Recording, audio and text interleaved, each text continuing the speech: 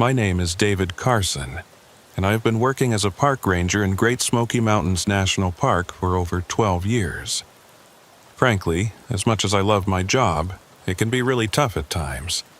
The incident I'm about to tell you about took place in the summer of 1994. Whenever I recall those 3 weeks, I wake up in a cold sweat with nightmares, and my heart races as if I'm still reliving that moment. It's as if I'm standing on the edge of the restricted area above Klingman's Dome. Before I continue, if you subscribe to our channel and like it, you will be doing us a huge favor in supporting us, and please share your thoughts about the story in the comments. If you visited the Smokies, you must know Klingman's Dome. At 6,643 feet, it is the highest point in the park and the third highest mountain east of the Mississippi. Every year, thousands of tourists flock here, climb the spiral observation tower, and take pictures with the endless, magnificent mountain ridges disappearing into the blue haze that gave these ancient mountains their name as a backdrop. If you have the opportunity, it is definitely one of those places you should visit at least once in your lifetime. But there is something these tourists don't know, something the authorities go to great lengths to keep them from knowing. There is a reason why the road ends there. If you look closely at the official park maps, you will notice that certain areas above the dome are marked as prohibited wilderness areas, without any explanation. And of course, there is a reason for this. I learned about this restricted area during orientation at the Sugar Lands Visitor Center during my first week on the job. Bill Hutchins, a senior ranger who had been working in the park since 1971, pulled me aside after the standard training session. "Carson," he said, his face more serious than usual from the grueling pace of the week's work, "we need to talk about something that isn't in the handbooks." He took me to his office, a small room smelling of old pine and coffee, which was perfectly reasonable if you liked minimal standards. The walls were covered with topographic maps, and he pointed to one showing the area around Klingman's Dome. With his finger, he drew a rough circle about 2 miles in diameter, encompassing the ridgeline and forested area above and northeast of the dome. "Do you see this area?" he asked. "From here to here, the area with an elevation of about 6,000 to 6,800 feet?" I studied the contour lines and said, "Yes. We call this the Forbidden Zone. If you hear that someone has gone missing there, don't go alone. Call me first, day or night. Do you understand?" "Why?" I asked. "What's there?" Bill was silent for a long time, looking at the map. "Things that shouldn't be there," he said finally. "Things that were here long before the park, long before the Cherokee, maybe even long before humans started walking these ridges." I thought he was hazing the new guy, trying to spook me with some backwoods legend. But the look in his eyes told me different. This wasn't a joke. Bill Hutchins, a man who'd faced down black bears and rescued dozens of lost hikers from certain death, was genuinely afraid of something up there. For the first 2 years, I followed Bill's rule without question. Whenever we got reports of strange lights above the dome, or when hikers claimed to hear impossible sounds echoing down from the Forbidden Zone, I'd log the report and file it away. The official response was always the same: atmospheric phenomena, wildlife, the acoustic peculiarities of mountain terrain. We had a dozen scientific explanations ready to deploy. But in June of 1994, everything changed. It started with a missing hiker named Jennifer Walsh. She was 28, an experienced outdoorswoman from Asheville who'd been hiking the Appalachian Trail solo. Her last known location was the Klingman's Dome parking area, where her car was found 3 days after she'd failed to check in with her family. The visitor log at the observation tower had her signature, dated June 15th, 3:47 p.m. Standard procedure kicked in immediately. Search and rescue teams combed the established trails. Dogs tracked her scent to a point about half a mile north of the dome, where it simply vanished. Not gradually faded, vanished like she'd been plucked off the earth. I was part of the search team on day 4 when we found her pack. It was Tyler Morrison, a ranger from the Cades Cove district, who spotted it first. "Got something," he called out, his voice echoing through the thick stands of Fraser fir. The pack was sitting upright against a tree, about 300 yards into the forbidden zone. It was perfectly arranged, like someone had carefully set it down and planned to come right back. Everything inside was meticulously organized. Her clothes folded, her food supplies untouched, her water bottles still full. But Jennifer was nowhere to be found. That's when we heard it. A sound that made every hair on my body stand on end. It started low, almost below the range of human hearing. A thrumming that seemed to come from the ground itself. Then it rose in pitch, becoming a keening wail that sounded almost like singing, but in no language I'd ever heard. The sound seemed to come from everywhere and nowhere at once. Bill, who was leading the search that day, immediately ordered everyone back. "Fall back to the trail," he commanded, his voice cutting through our shocked paralysis. "Now!"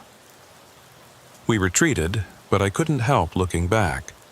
Through the trees in the direction the sound had come from, I saw something that still defies explanation. The air itself seemed to shimmer and bend, like heat waves rising from hot asphalt.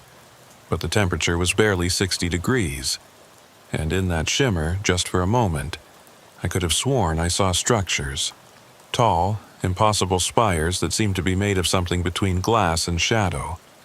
Back at the ranger station, Bill debriefed us with unusual intensity. "What you saw up there," he said, "you didn't see. What you heard, you didn't hear. The official report will state that the search was suspended due to dangerous weather conditions. Everyone clear?"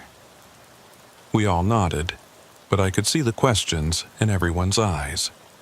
Tyler finally voiced what we were all thinking. "Bill, what the hell is up there?" Bill looked older than I'd ever seen him. "I don't know," he admitted. "But I can tell you what I've learned in 23 years of trying to figure it out. Whatever's up there has been there longer than us. The Cherokee knew about it. They called this place the Wall Between Worlds and wouldn't hunt above certain elevations. The early European settlers had stories too, about people vanishing, about strange lights and sounds, about time moving differently up there." He pulled out a thick folder from his desk, weathered and yellowed with age. "This is every incident report from the Forbidden Zone since the park was established in 1934.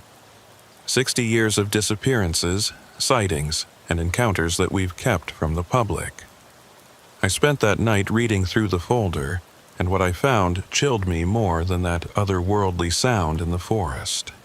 The reports were remarkably consistent across decades. Hikers reporting paths that weren't there before and weren't there when they tried to return time distortions.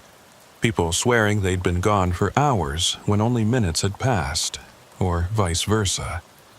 Structures glimpsed through the trees that couldn't exist, sounds of civilization, machinery, voices, music, coming from deep wilderness where no one could possibly be. And always, always the disappearances. 1 or 2 every few years, people who walked into the Forbidden Zone and never walked out. The most disturbing report was from 1967. A ranger named Michael Prescott had gone into the zone alone, against all protocols, searching for his missing fiancée. He was found 3 days later, sitting on a rock at the edge of the zone, catatonic.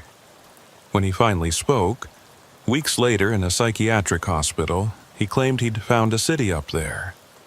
A vast city of impossible architecture, inhabited by things that weren't quite human.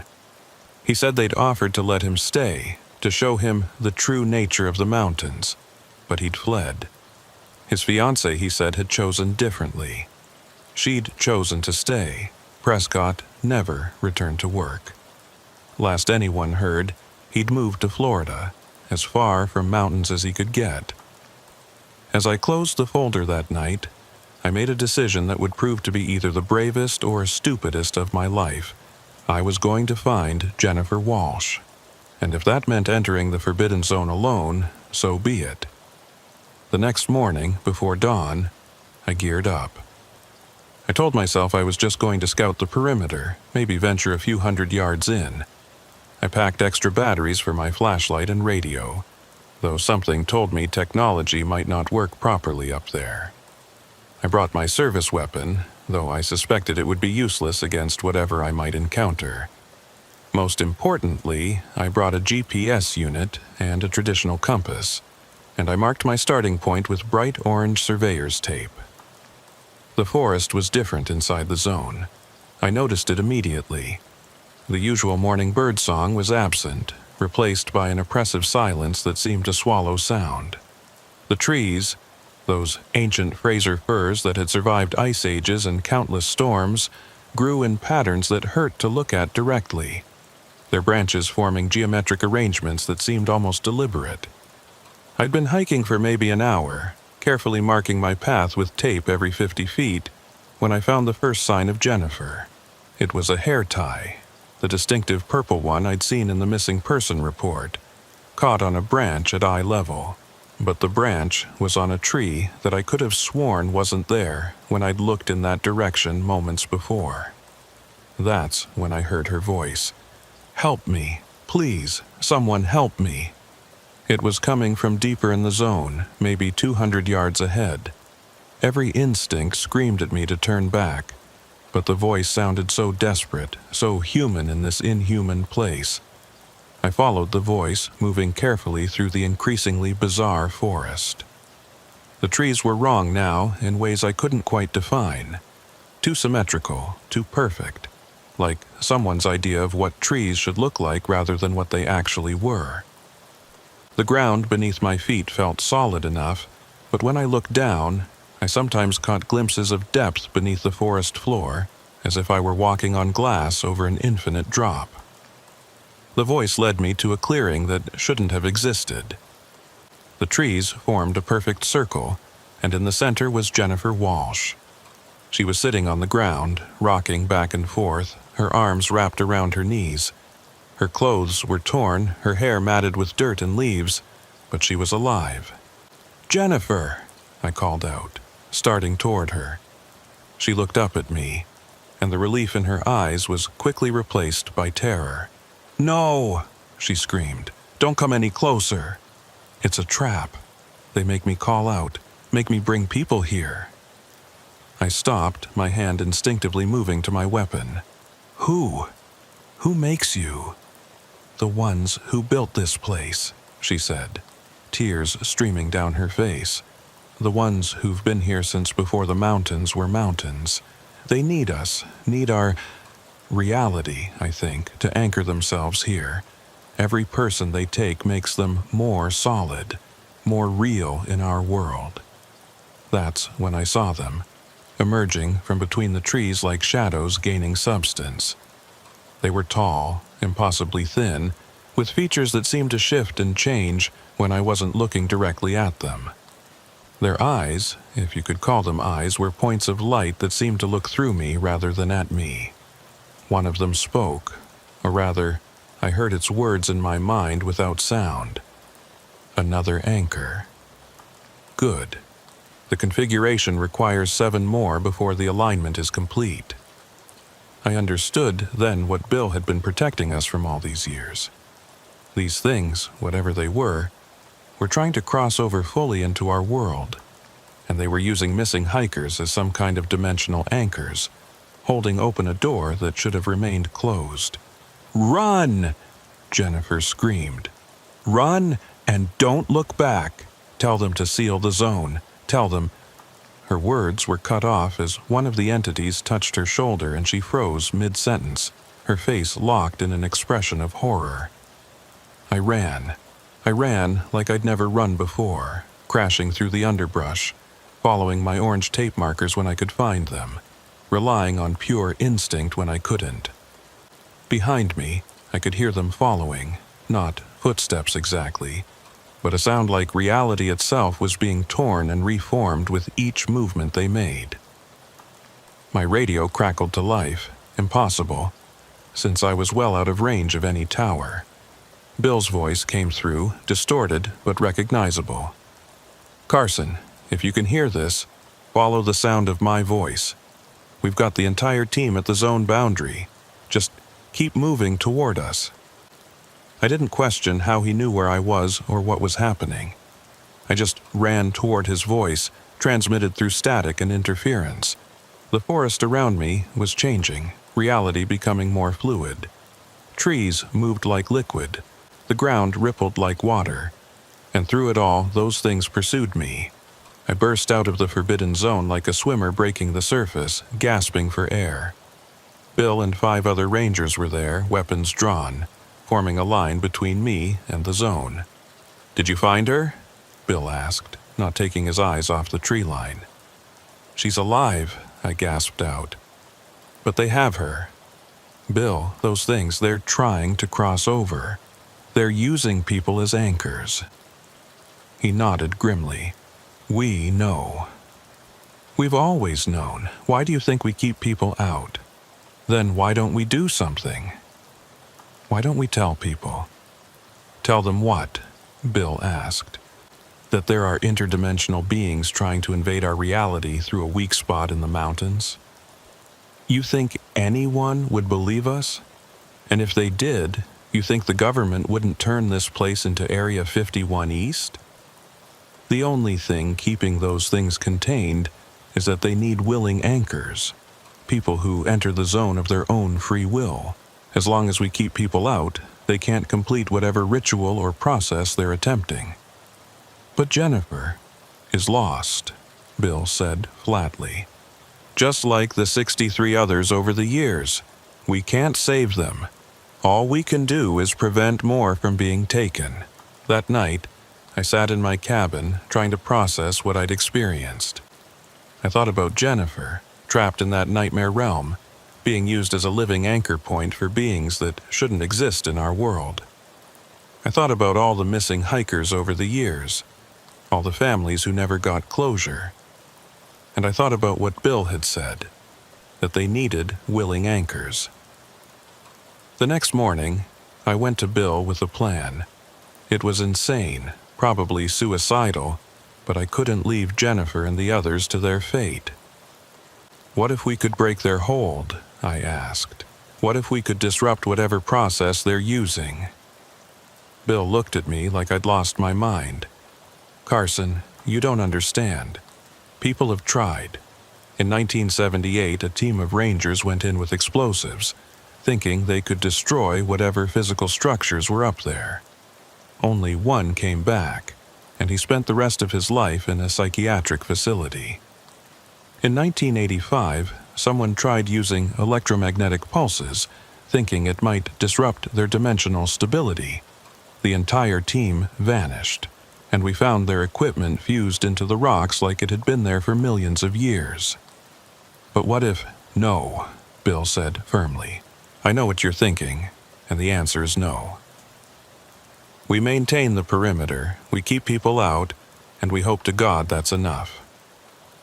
But I couldn't let it go. Over the next week, I researched everything I could about the Forbidden Zone.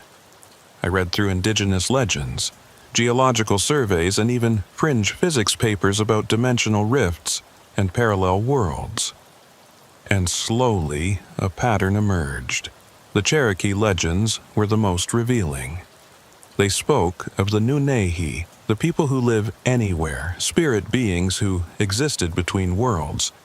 But older stories, ones that predated even the Cherokee, told of something else. The Atsildihiagi, which roughly translated to the fire that burns between. These beings were described as neither good nor evil, but utterly alien, existing in a state that was neither fully here nor fully there. According to one legend I found in the University of Tennessee's archives, there was a way to close the door between worlds. It required a sacrifice, not of life, but of memory. Someone would have to enter the zone carrying the collective memory of all those taken, and then willingly forget everything, creating a kind of psychic void that would collapse the dimensional bridge. It sounded insane, but no more insane than the reality I'd witnessed. I started preparing in secret. I recorded everything, every name from the missing persons files, every detail about their lives I could find. I spoke to families claiming I was working on a memorial project. I gathered photographs, personal items, anything that would strengthen the connection to those who'd been taken. Sarah Chen was one of the people I interviewed. Her brother Michael had vanished in 1989. He was obsessed with the mountains, she told me, holding a worn photograph of a young man standing at the Klingman's Dome observation tower. Said he could hear them calling to him. The night before he disappeared, he called me and said he'd figured something out, something about the true nature of reality. He sounded so excited, but also scared. The next morning, his tent was found just inside what you rangers call the restricted area. Empty, story after story, I collected them all. Each missing person became real to me. Not just a name in a file, but someone's family, someone's love, someone's loss. Marcus Thompson, vanished 1976, left behind a wife and 2 kids. Elena Rodriguez, 1983, a botanist who'd been studying the unique ecosystem of the high-altitude forests. James and Patricia Winters, 1991, newlyweds on their honeymoon who'd ignored the warning signs and ventured off trail. The list went on. 3 weeks after my first encounter with the Forbidden Zone, I was ready. I'd compiled everything onto a digital recorder. Hours of names, stories, memories.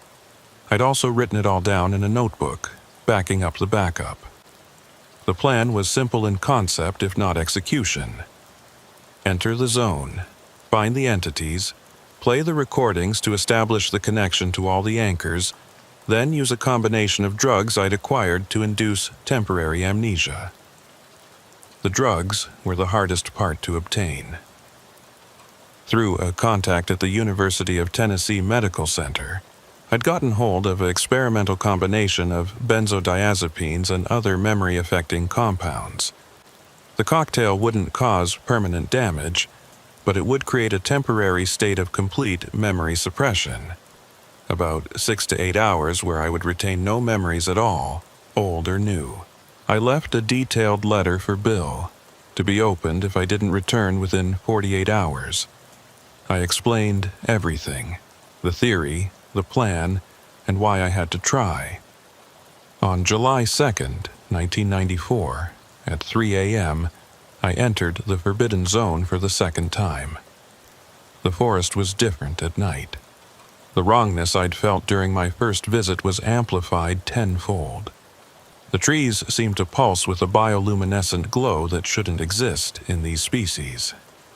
The ground beneath my feet felt unstable, as if I were walking on a membrane stretched over in vast emptiness. I followed the path I'd taken before, or tried to. The landscape kept shifting, paths appearing and disappearing, trees moving when I wasn't looking directly at them. My compass spun wildly, and my GPS showed me being in multiple locations simultaneously. Then I heard them, voices calling from the darkness. Not just Jennifer this time, but dozens of them. All the missing hikers, all the anchors, crying out in a harmony that was both beautiful and terrifying. "This way," they seemed to say. "Come to us. Join us. Complete the pattern." I followed the voices, the recorder playing continuously in my pack, broadcasting the names and stories of everyone who'd been taken. The forest reacted to the recordings. The air shimmered, reality rippled, and I could feel something vast and alien turning its attention toward me. The clearing appeared suddenly, as if it had been dropped into place from above. But this time, it wasn't empty. All of them were there. Every missing person from the last 60 years. They stood in concentric circles, their eyes glowing with that same otherworldly light I'd seen in the entities. Jennifer was in the center, and when she saw me, her expression was one of profound sadness. "You shouldn't have come back," she said, her voice carrying despite the distance. "Now you'll be trapped like us." "I'm here to free you," I called out, still playing the recordings. "All of you." That's when they appeared. The entities. There were more of them this time. Dozens, maybe hundreds, their tall forms seeming to stretch up into the sky itself. They moved between the anchors like shepherds among sheep. The one that had spoken to me before approached. This time, its mental voice was clearer, more defined. "You bring the memory of all." Good. This will strengthen the configuration exponentially. The door will open fully. I realized then that I'd misunderstood. The entities didn't just need anchors. They needed connections, memories, bonds between our world and theirs. By bringing all these memories here, I wasn't weakening their hold. I was about to make it unbreakable, but I'd come too far to stop. "You're right," I said, pulling out the syringes I'd prepared. "But memories can be forgotten. Connections can be severed." I injected myself with the amnesia cocktail before they could stop me. The effect wasn't immediate. I had maybe 30 seconds before my mind would start to fade. The entities reacted violently. Reality itself seemed to scream. The anchors, the missing people, began to move toward me, their faces twisted in expressions of fear and urgency. "No!" one of the entities commanded, its mental voice now tinged with something like panic. "You don't understand what you're doing. Without the memories, without the connections, the configuration will collapse. This entire dimensional pocket will implode." Jennifer reached me first, grabbing my arms. "David, please, if you forget us, we won't just die. We'll never have existed. We'll be erased from reality itself." The drugs were starting to work. I could feel my memories beginning to slip away like sand through fingers. But in those last moments of clarity, I understood the true horror of the situation. These people weren't just trapped, they were suspended between existence and non-existence. Their memories, held by the outside world, were the only things keeping them real. If I forgot them, if the world forgot them, they would cease to have ever been. But the alternative was worse. Every year, more people would be taken. The entities would eventually gather enough anchors to fully manifest in our world. And then, I didn't want to imagine what would happen then. "I'm sorry," I whispered, as my vision began to blur and my thoughts became disconnected. "I'm so sorry." The last thing I remember clearly is the sound, like reality itself was tearing apart. The anchors were screaming. The entities were doing something that might have been screaming if they'd had voices, and the forest was collapsing in on itself. Then, nothing. I woke up in a hospital bed in Gatlinburg 2 days later. Bill was there, looking older than I'd ever seen him. "What happened?" I asked, my throat dry and raw. "We found you at the edge of the forbidden zone," he said carefully. "You were unconscious, suffering from exposure and dehydration. You'd been missing for 48 hours. Missing. But I tried to remember, but there was nothing. A complete blank. I don't remember anything." Bill studied me for a long moment. "The doctors say you had some kind of episode. Temporary amnesia, probably brought on by a head injury. You had quite a bump on your skull." I reached up and felt the bandage I hadn't noticed before. "Did something happen? In the park?" "Nothing important," Bill said. But there was something in his eyes. Relief mixed with profound sadness. "Just get some rest, Carson." Over the next few weeks I recovered physically, but the gap in my memory remained. I returned to work, but things were different. The Forbidden Zone was still restricted, but when I asked Bill about it, he looked confused. Forbidden Zone. You mean the wilderness area above Klingman's? That's just to protect the fragile ecosystem up there. The Fraser firs are barely hanging on as it is with the balsam woolly adelgid infestation. I checked the files, the ones I remembered reading about all the disappearances. They were different now. The disappearances were still there, but they had explanations. Natural causes. Falls. Exposure. Wildlife attacks. Normal, tragic, but explainable deaths in a vast wilderness park. The folder about the Forbidden Zone that Bill had shown me? It didn't exist. When I carefully brought it up, he looked at me with genuine concern and suggested I might still be suffering effects from my accident. But sometimes, late at night, I have dreams. Dreams of people I don't recognize standing in circles in an impossible forest. Dreams of tall, thin figures made of shadow and light. Dreams of a woman with torn clothes and desperate eyes saying, "Don't forget us. Please, don't forget us." I started researching on my own time.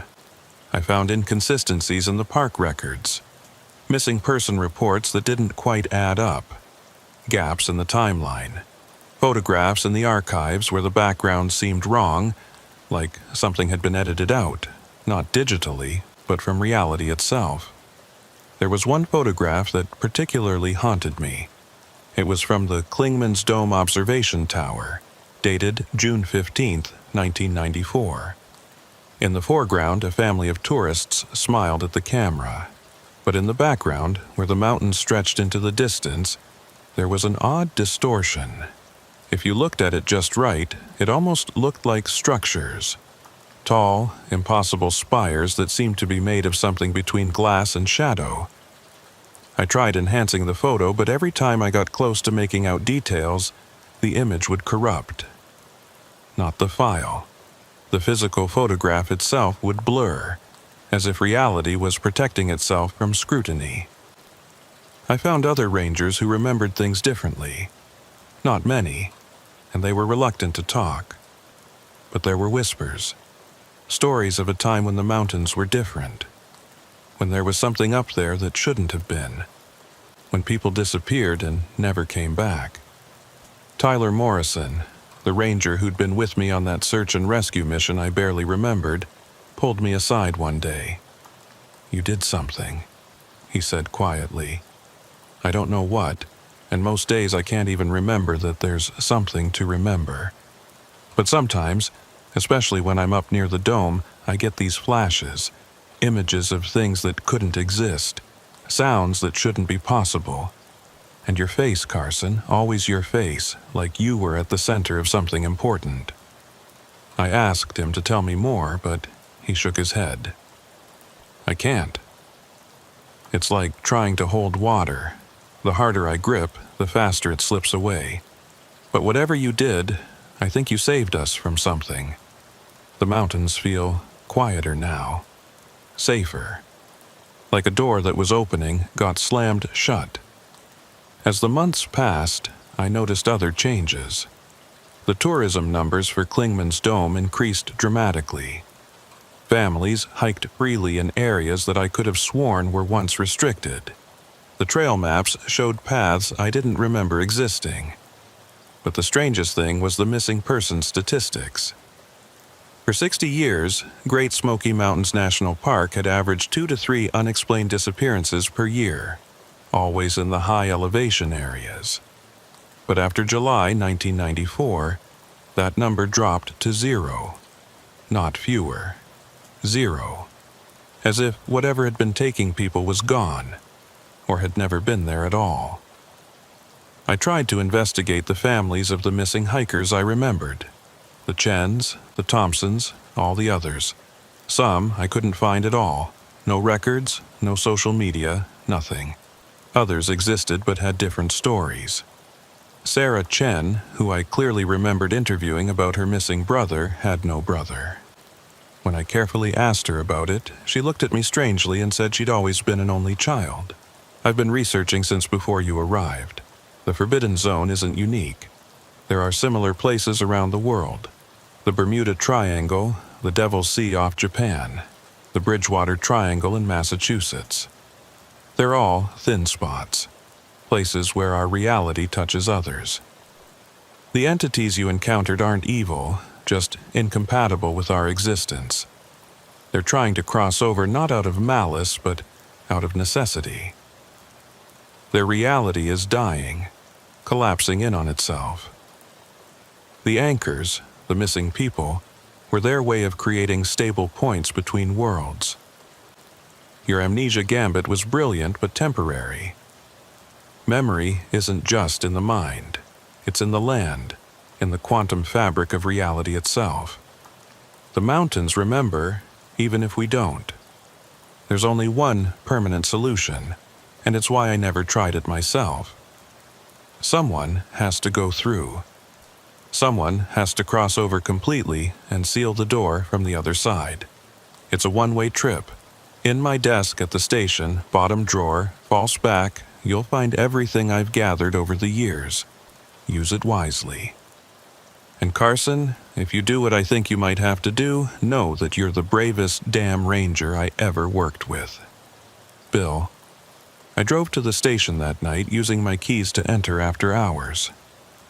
Bill's old desk had been mine since his retirement, but I'd never noticed the false back in the bottom drawer. Behind it was a leather journal, thick with age and swollen with inserted documents, photographs, and handwritten notes dating back to the 1940s. The journal told a story that official history had forgotten or suppressed. The Great Smoky Mountains National Park hadn't been established just to preserve natural beauty. It had been created to contain something. The government knew about the thin spots, the places where reality was permeable. The park was a cover, a way to control access while maintaining plausible deniability. There were photographs that shouldn't exist, images from the 1950s showing military personnel in hazmat suits investigating areas that were now popular hiking trails. Reports of dimensional incursions that read like science fiction, but were stamped with official Department of Defense headers. And maps, detailed topographical maps showing not just the physical landscape, but what one researcher had termed ontological elevation. Places where the fabric of existence itself rose and fell like terrestrial mountains. Klingman's Dome was the highest peak not just in physical elevation, but in ontological terms. It was, quite literally, the closest point to other realities in the eastern United States. The most disturbing discovery was a series of photographs from 1962. They showed what appeared to be a failed military operation. Soldiers frozen mid-stride, their faces twisted in expressions of horror, their bodies partially merged with trees and rocks as if reality had stuttered during their existence. The only survivor's report was heavily redacted, but one line remained clear. They tried to force their way through. The mountain wouldn't let them. It made examples of them. I was so absorbed in reading that I didn't notice the temperature dropping until I could see my breath. The fluorescent lights in the office began to flicker, and through the window, I saw something that made my blood run cold. The sky above Klingman's Dome was wrong. Where stars should have been, there were geometric patterns of light, shifting and rotating in ways that hurt to look at directly. And from the mountain itself, a beam of pale light stretched upward, pulsing with a rhythm that seemed almost like breathing. My radio, which I hadn't even turned on, crackled to life. Through the static came a voice I recognized but couldn't quite place. "David, help us. The door is opening, from both sides now." It was Jennifer Walsh. But Jennifer Walsh had never existed. I'd erased her along with all the others when I'd induced the amnesia. She was a casualty of a timeline that had been overwritten. Yet, here was her voice. Impossible and undeniable. I gathered Bill's journal and everything else I could carry and headed for Klingman's Dome. The drive up was surreal. The road seemed to stretch and contract. distances becoming meaningless. My headlights illuminated things that shouldn't be there. Structures that looked like they were made of crystallized time. Trees that grew downward into the sky. Shadows that fell upward. The parking area was chaos. A dozen ranger vehicles were already there, their lights creating a barrier of illumination against the encroaching wrongness. Tyler Morrison was trying to coordinate a response, but half the rangers were standing transfixed, staring at the light beam rising from the mountain. "Carson!" Tyler shouted when he saw me. "What the hell is happening? People are reporting seeing dead relatives on the trails. Hikers are walking into the woods and disappearing. And that," he pointed at the beam of light, "started about an hour ago. The newlyweds, James and Patricia Winters, they were alive and well, living in Knoxville, with 3 kids and no memory of ever hiking in the Smokies during their honeymoon. We went to Gatlinburg," Patricia told me when I tracked them down. "Did all the tourist stuff, Dollywood, dinner shows, that kind of thing." "Why do you ask?" I couldn't explain. "How do you tell someone they once disappeared into an interdimensional rift, but now they didn't because you erased the memory of their disappearance from reality itself?" Bill retired 6 months after my accident.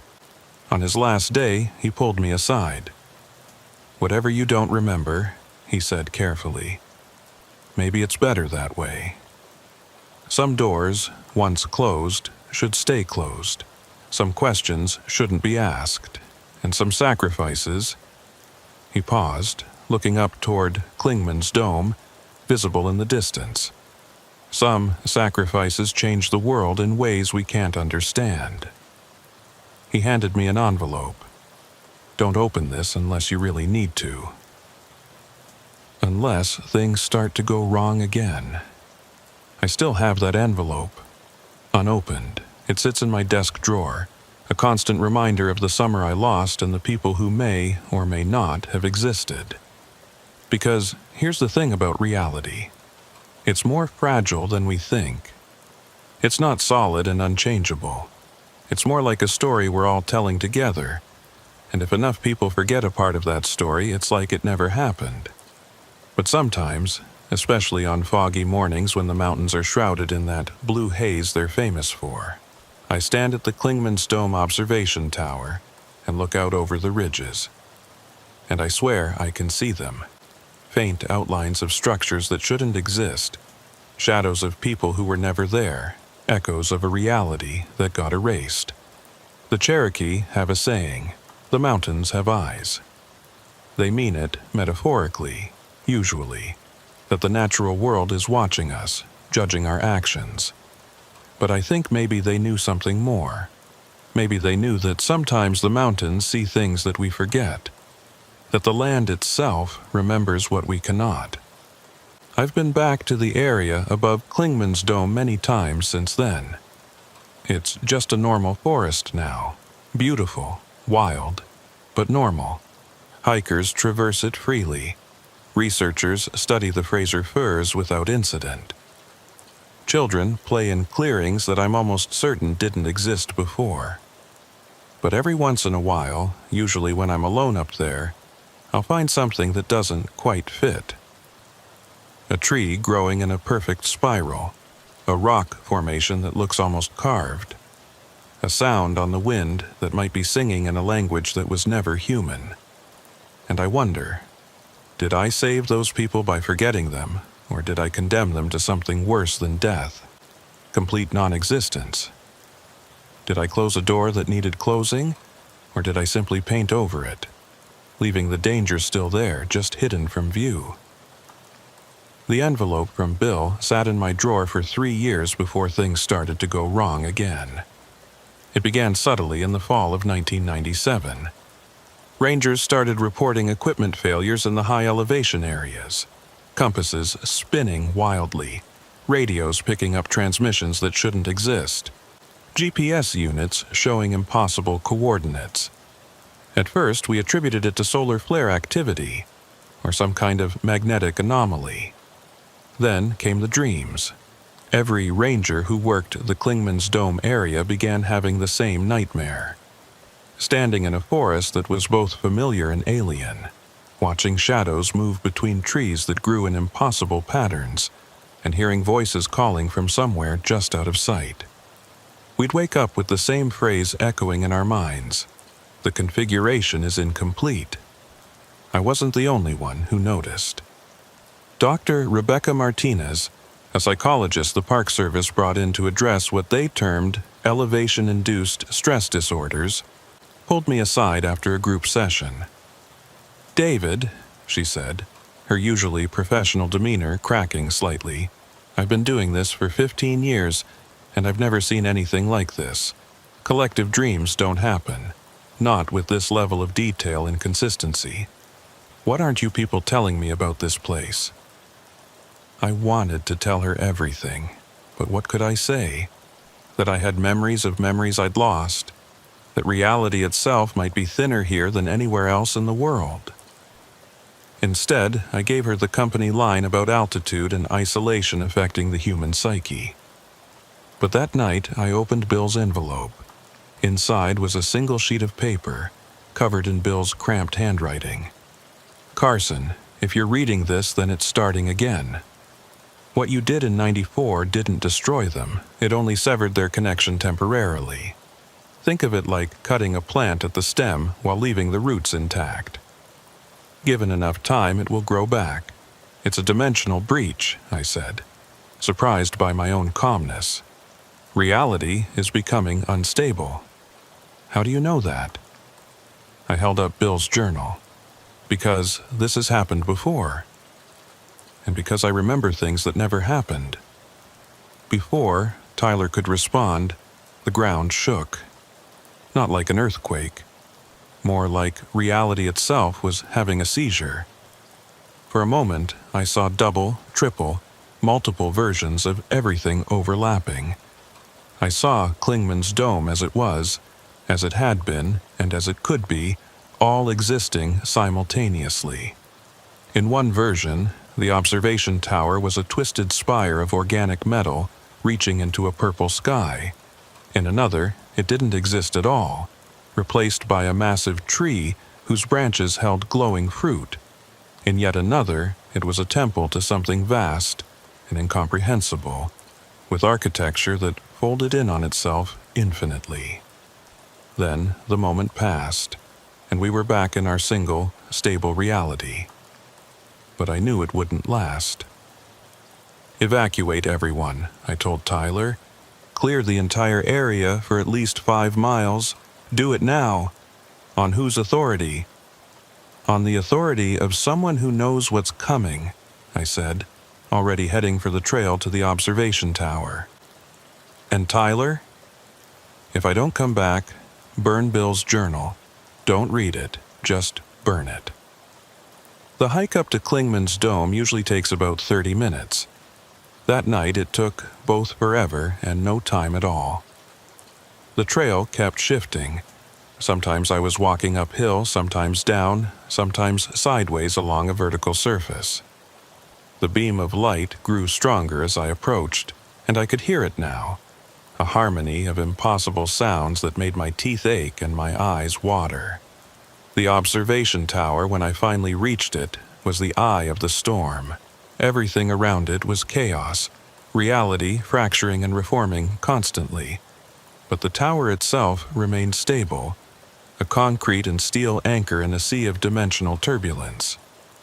At the top of the tower, standing at the center of the beam of light, was Jennifer Walsh. But it wasn't the Jennifer I remembered from 1994. This Jennifer was older, scarred, and her eyes held the weight of experiences that no human should have. She was wearing ranger gear, but it was wrong. The fabric seemed to be woven from solidified light, and the badge on her chest showed a symbol that hurt to look at directly. "Hello, David," she said, her voice carrying despite the cacophony around us. "I've been waiting for you." We all have. Behind her, figures began to materialize from the light. All the missing hikers, all the people I'd erased from existence. But like Jennifer, they were changed. They moved wrong, existed wrong, as if they were only partially present in our reality. You didn't save us, Jennifer continued. You didn't condemn us. You transformed us. When you erased our existence from this reality, we didn't disappear. We shifted. We became citizens of the between space, the dimensional membrane that separates worlds. Marcus Thompson stepped forward, his form flickering between solid and translucent. We've been holding them back, David. The entities you encountered, we've been fighting them, keeping them from breaking through. But we're losing. The membrane is wearing thin. What do you need me to do? I asked, though I suspected I already knew the answer. Someone has to go through completely, Jennifer said. Someone with a strong enough connection to both realities to seal the breach permanently. You're the only one who remembers both timelines, the only one who exists fully in this reality while carrying the memory of the other. She held out her hand. It's a one-way trip. Once you cross over, you can never come back. You'll become like us, a guardian of the boundary, forever preventing things that shouldn't exist from entering a world where they don't belong. I thought about my life as a ranger, the quiet years of protecting the park, helping lost hikers, maintaining trails. It had been a good life, a simple life. But I'd also seen what was at stake. If the entities broke through completely, if they established their anchors in our reality, the entire world would become like the Forbidden Zone, a place where the laws of physics were suggestions, where human consciousness couldn't survive intact. What about the people here? I asked. The other rangers, the tourists. Once the door is sealed, they'll forget, Marcus said. Just like they forgot us. The timeline will restructure itself. To them, you'll have died in a hiking accident, or retired to Florida, or never existed at all. Reality will find a way to make sense of your absence. I looked back down the mountain. In the distance, I could see the lights of Gatlinburg, the sprawl of humanity living their lives, unaware that reality itself was under threat. I thought about Tyler and the other rangers, about the families who came to the park seeking beauty and peace. Will it hurt? I asked. Jennifer's expression softened. The crossing? Number. It's like stepping from one room to another. But David, you need to know, existence on the other side is different. We're not fully human anymore. We're something else, something between. We remember being human, but the feelings, the connections, they're muted. It's like watching your life through frosted glass. But you're protecting everyone? Every moment of every day, she confirmed. It's our purpose now. Our only purpose.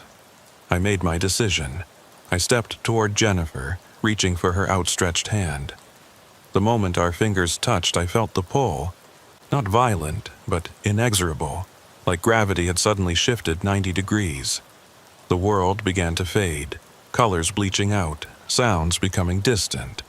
But then something unexpected happened. The beam of light flickered and began to contract. The entities, those tall, impossible beings I'd encountered in 1994, suddenly appeared around us, their forms more solid than I'd ever seen them. "No," one of them projected, its mental voice filled with something like desperation. "The configuration must not be completed. If you seal the door, both realities will stabilize permanently. We will be trapped in our dying universe." Jennifer's grip tightened on my hand. "They're lying." We are not lying," the entity interrupted. "We are trying to survive, yes, but not through invasion, through merger. Your kind and ours becoming something new, something that can exist in both realities without destroying either." I hesitated, caught between Jennifer's pull and the entity's words. "David, don't listen to them," Marcus urged. "They've had 60 years to try cooperation. Instead, they took people, used them as anchors." "Because we didn't understand," the entity replied. Your reality is so different from ours. We thought we needed to force our way through. But your action in 1994, erasing the anchors, it taught us something. Memory and consciousness are more fluid than we believed. They can be shared, not stolen. Then why the breach now? I demanded. Why the chaos? Because our reality is collapsing faster than anticipated. We have perhaps days before everything we are ceases to exist. We're not trying to invade. We're refugees seeking asylum in the only place we can survive. I looked at Jennifer, then at the entities, then back at the world below. 3 choices. Seal the door and condemn an entire species to extinction, let them through and risk the destruction of our reality, or... There's a third option, I said, the idea forming even as I spoke. What if we don't close the door or leave it open? What if we transform it? Everyone, human and otherwise, turned to look at me. The Forbidden Zone was wrong because it was a wound between realities, I continued. But what if it became a bridge instead? A controlled space where both realities could coexist without contaminating each other. Jennifer shook her head. That's impossible. The energies involved are already here, I interrupted. The mountain itself is the highest ontological point in the East. It wants to be a connection. We've just been fighting against its nature. I pulled out Bill's journal, flipping to a diagram I'd noticed earlier. A map of global thin spots. Look, these places exist all over the world. What if they're not accidents or wounds? What if they're supposed to be connection points, but we've been treating them as threats instead of opportunities? One of the entities moved closer, its form solidifying slightly. You propose coexistence, a shared space? More than that, I said, warming to the idea. A transformation. Those who choose to could become bridges themselves, part human, part whatever you are. Able to exist in both realities, preventing conflict by understanding both sides. Like us, Jennifer said quietly, understanding dawning in her eyes. We're already transformed. We exist between worlds. But you were forced into it, I said.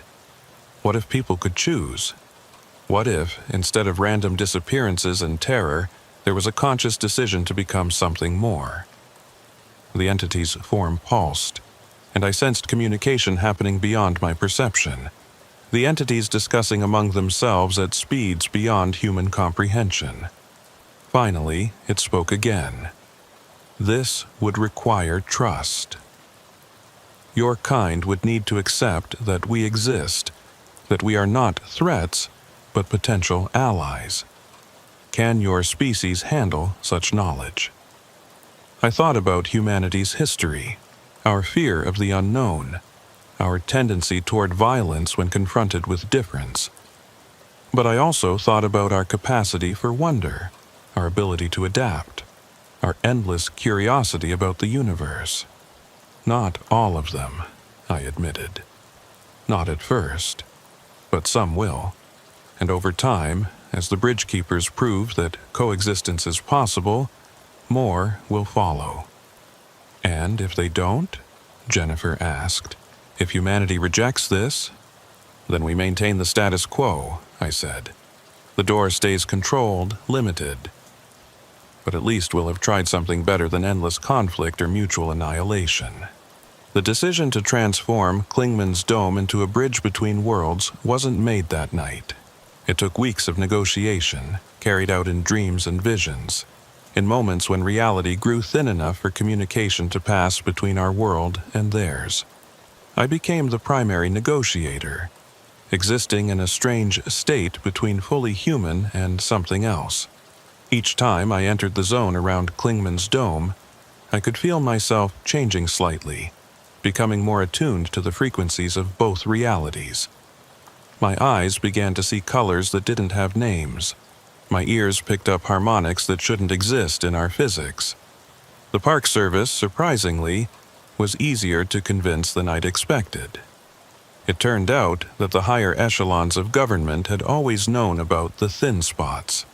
They had contingency plans for invasion, for contamination, for reality breakdown, but no one had ever proposed cooperation before. General Patricia Hayes, who headed the classified division that dealt with what they termed ontological anomalies, met with me in a bunker beneath the Sugarlands Visitor Center that I hadn't even known existed.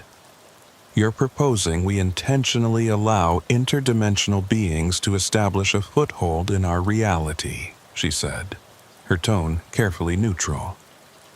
"I'm proposing we accept that they're already here," I corrected. "They've been trying to break through for decades, maybe centuries. We can keep fighting a losing battle, or we can try to find common ground.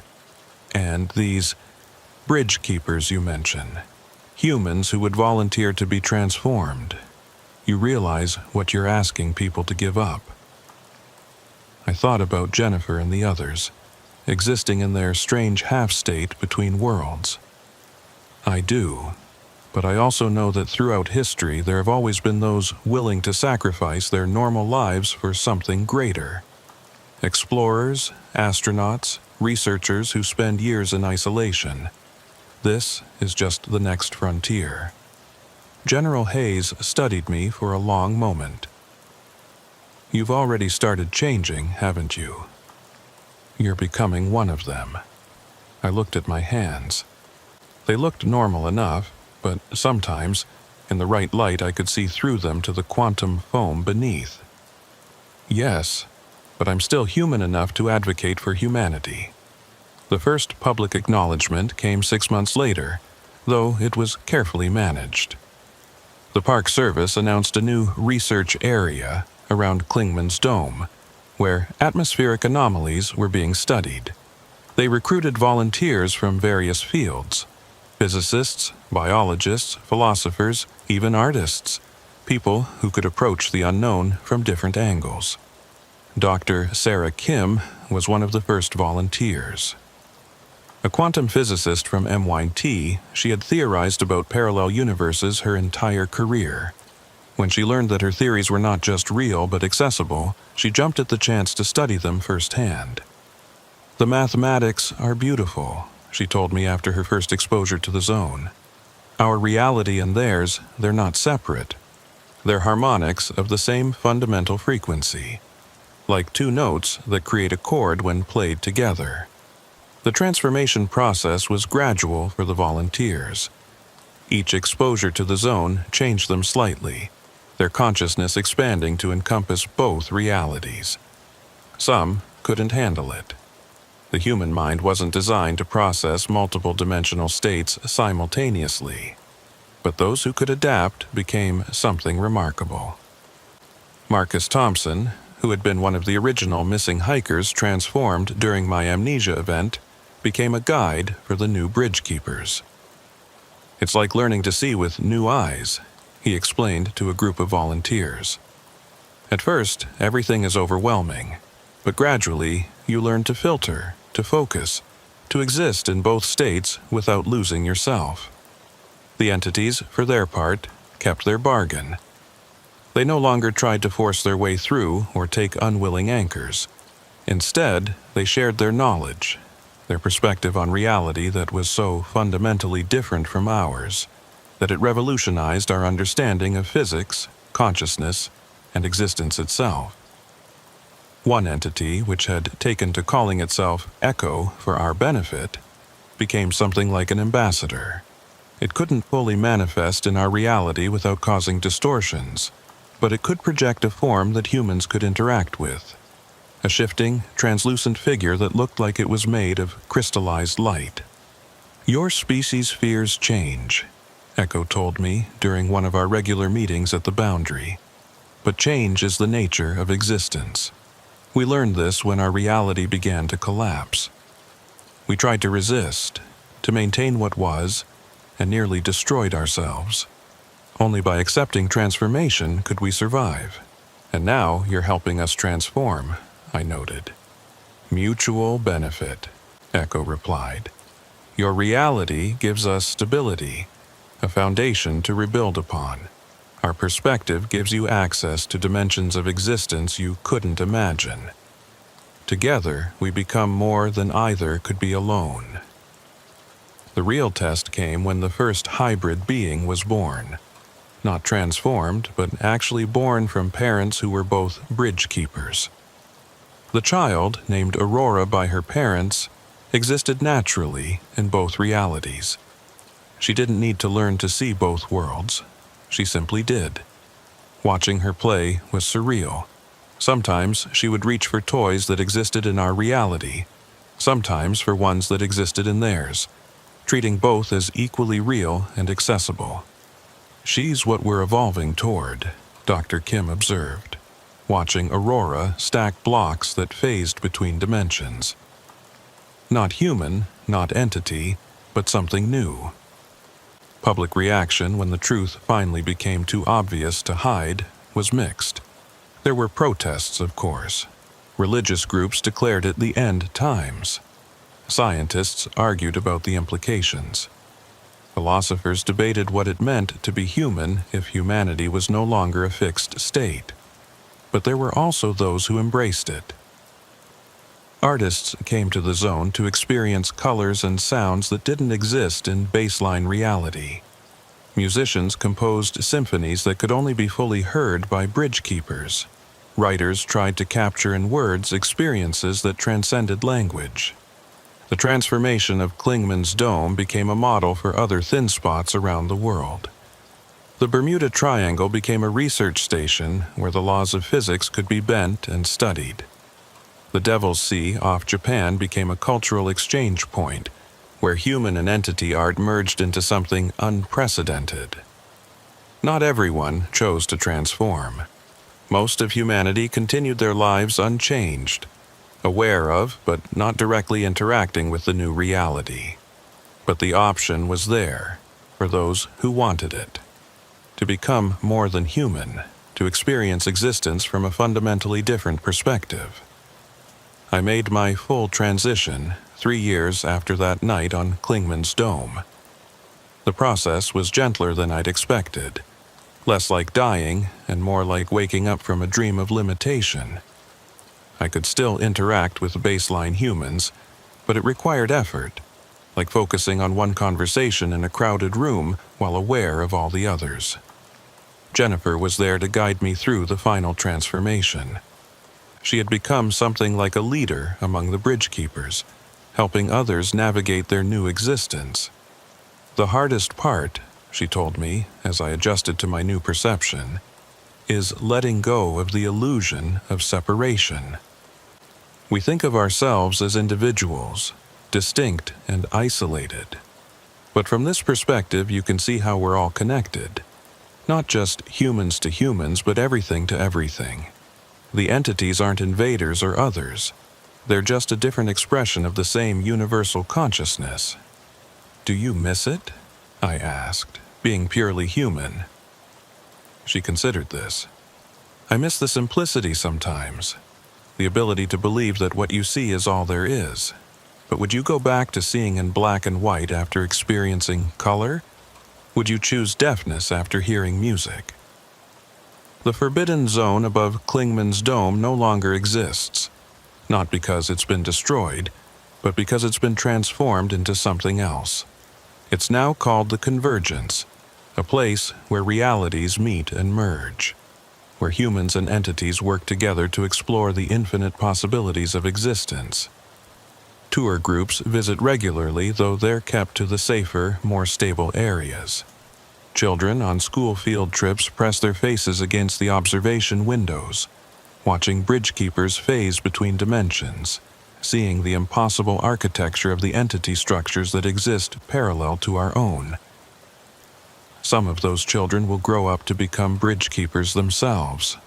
Others will become scientists studying the new physics, artists inspired by impossible beauty, or simply humans living in a universe that's far stranger and more wonderful than we ever imagined.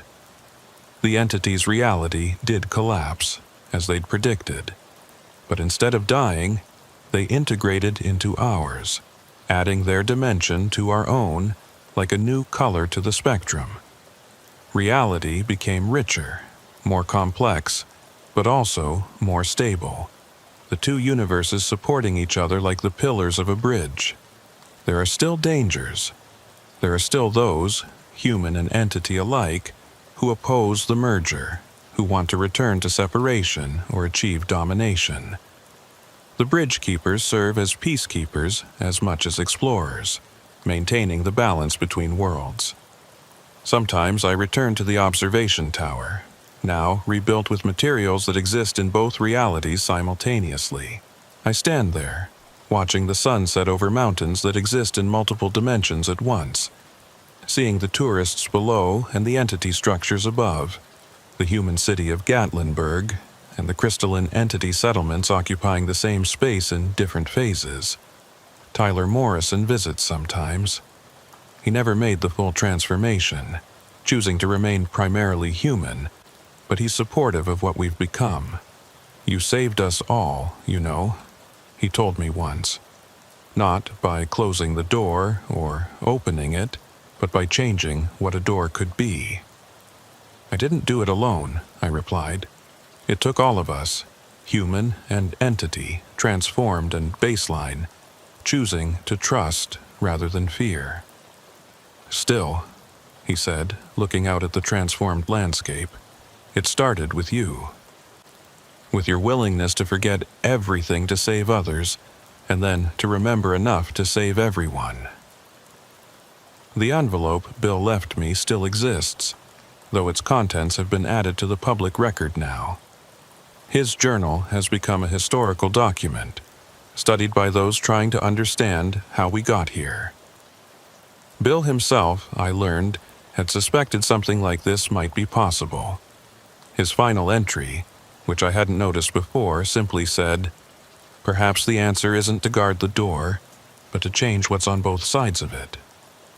As for the missing hikers from all those years, the ones who disappeared before the transformation, they're all here in one form or another. Some, like Jennifer and Marcus, became bridge keepers.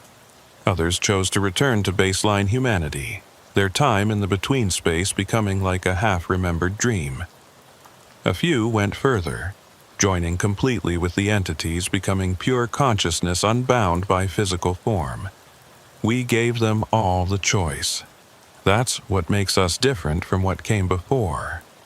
Choice. The entities took people against their will. We offer transformation to those who seek it. The old reality was imposed on everyone. The new one is opt-in.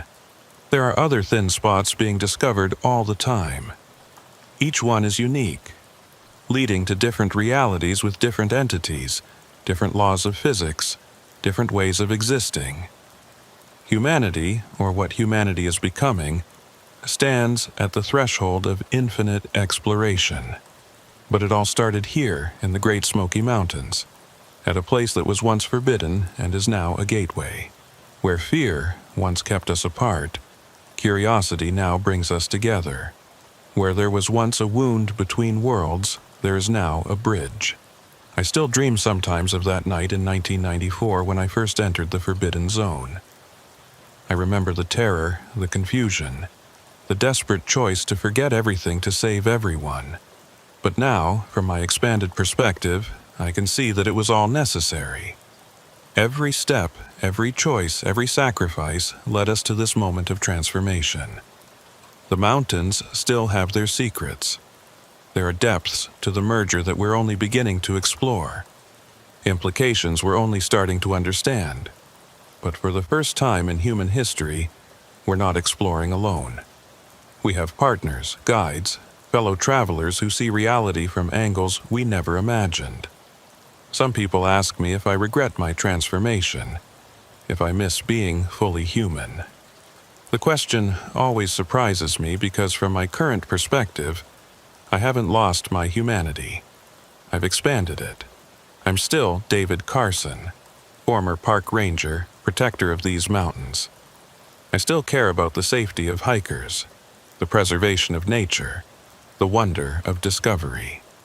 But now I do it from a perspective that encompasses multiple realities. The Great Smoky Mountains are still beautiful. The blue haze still rises from the valleys in the morning. The seasons still change.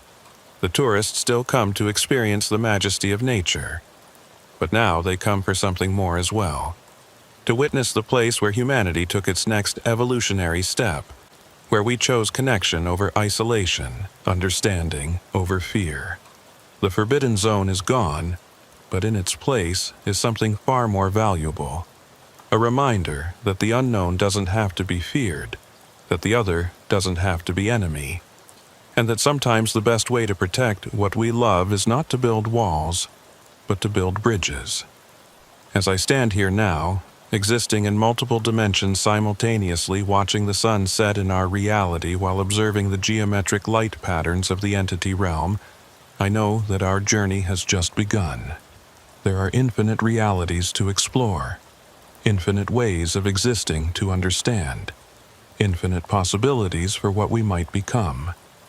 But it all started with a choice: to enter the forbidden zone, to face the unknown, to risk everything for the chance of something better. And in the end, that's what makes us human, regardless of what form we take. The courage to step into the darkness, hoping to find light. The forbidden zone above Klingman's dome no longer exists. In its place is a doorway to infinite possibilities, and we're all invited to walk through. If you're watching this from somewhere in these ancient mountains, remember that you're standing at a crossroads between worlds. The Cherokee knew it, the entities discovered it, and now we're all learning to navigate it together. The Great Smoky Mountains aren't just a national park anymore. They're a bridge to the future of consciousness itself. And if you listen carefully on a quiet morning, when the mist rises from the valleys and the first light touches Klingman's dome, you might hear it. The harmony of two realities learning to sing together, creating something beautiful and strange and absolutely impossible. Welcome to the new world. It's been waiting for you.